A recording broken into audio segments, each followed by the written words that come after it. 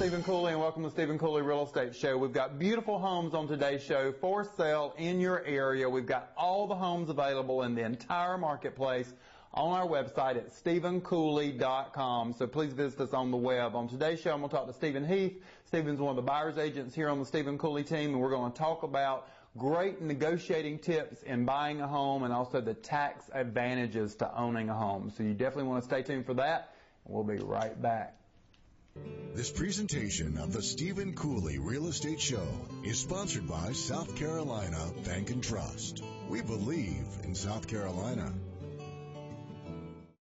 Hello, I'm Stephen Cooley, and welcome to the Stephen Cooley Real Estate Show. I've got Stephen Heath, one of the buyer's agents on the Stephen Cooley team, here with me today. Welcome to the show, Stephen. Thank you. And we're discussing some great tips to negotiate the best deal on buying a house. That's right. And the number one tip would be to hire a buyer's agent on the Stephen Cooley team.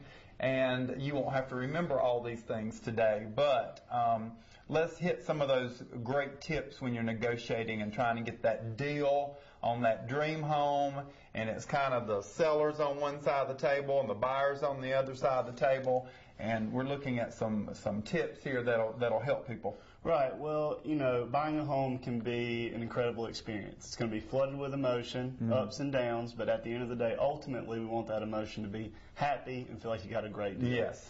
So, you know, the first thing to do is when you get to that offer stage, hopefully you've already talked to a lender, you've been pre-qualified for a mortgage, and you want to keep your emotions out of it. When you start talking numbers, it becomes a business transaction. Absolutely. So, you know, you want to, as a buyer's agent, when I take people out, I want to find a home that fits what they're looking for, and I want to provide them with some comps so that they make an offer that's not too high or not too low, and we're just hitting that soft spot to get the seller engaged. Absolutely. Absolutely. And that initial offer needs to be low enough that you're below the seller's bottom dollar, right, but high enough that you're not going to insult the seller and the seller just throw your contract in the trash and not play ball. Right, exactly. And a lot of times the question that I'll ask my buyer up front when we get to that stage is, what is the highest price you're willing to pay? Absolutely. You know, because then as a buyer's agent, I can work backwards, right, and say, well, maybe we should offer here. This will allow us this much room to move up, absolutely, in our negotiation.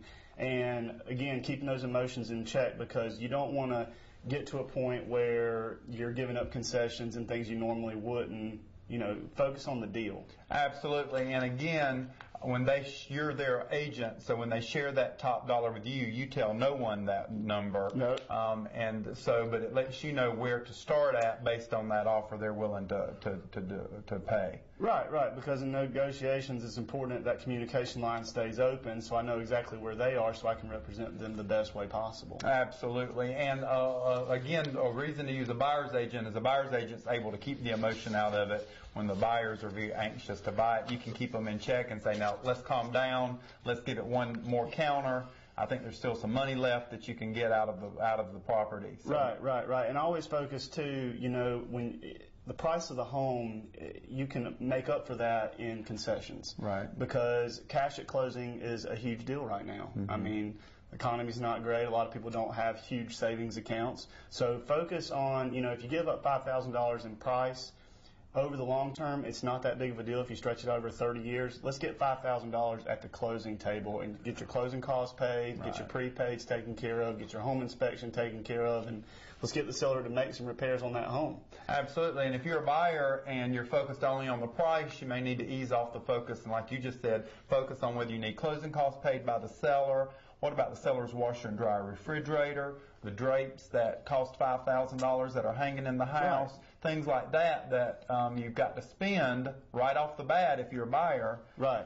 And so you can sometimes build all that into the price. Yeah, and you know, a lot of times once you go talk to that lender, you will realize that a difference, let's take between a 155 sale and a 165 sale, you may qualify up to 170. Mm-hmm. But, you know, if you get that house at 155, you're not really saving a ton on a per month payment, right, as opposed to the 165. I mean, you're talking $20 a month But if you could have $10,000 in the bank from not spending it, if the seller pays all those fees, right, then that means more to you. That'll make the house payment for a year. Right, exactly. Absolutely. Exactly.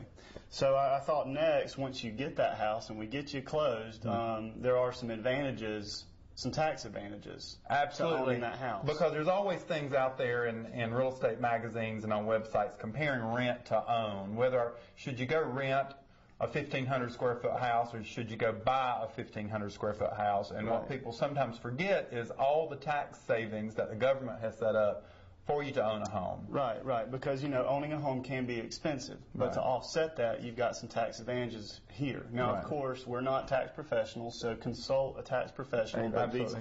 This is off of the NAR website, the National Association of Realtors. And some things that you can save money on for this year, we had the first-time homebuyer tax credit. So when you make your claim for 2010, as long as you got under contract before April 30th. Your first-time homebuyer, which is a buyer hadn't owned them in 3 years or more, then you've got that $8,000 to ask back from the government. Correct. Something else you can deduct are some of your loan fees. At closing, you're going to have some costs like prepaid interest. You're going to have any kind of points or loan origination fees that the lender might charge you. You can write that off as well. Absolutely. Property taxes. Absolutely. Each year you're going to pay that. That can be deducted. If you don't have 20% to put down, you're going to be asked to pay private mortgage insurance. That can be deducted each year. Absolutely. So all kind of reasons that the government has set up for home ownership and encourage people to own a home. Right, right. Another one is, a lot of us are working out of our homes these days, and you may not realize it, but you can actually write off the expense of having a home office. Absolutely. Which, be very careful and talk to your tax representative because the government definitely is pretty tight on that one, and they monitor that very closely. Absolutely. So yeah, those are some great information. And the reason that most of us have bought homes over the years is because we need a roof over our head, and that's still the #1 reason you should buy a house today. So if Stephen Heath can assist you in doing that, please call us here at the Stephen Cooley team. Ask for Stephen Heath. Stephen, let's tell folks how to reach you. You can get me here at the office at 985-1240, or you can reach me by email at stephenheath@stephencooley.com. Absolutely, and we'd love for you to visit us on the web at stephencooley.com. We've also got a fan page on Facebook. We would love to have you as a guest to our Facebook. So please stay tuned. We've got beautiful homes for sale in your area, and we'll be right back.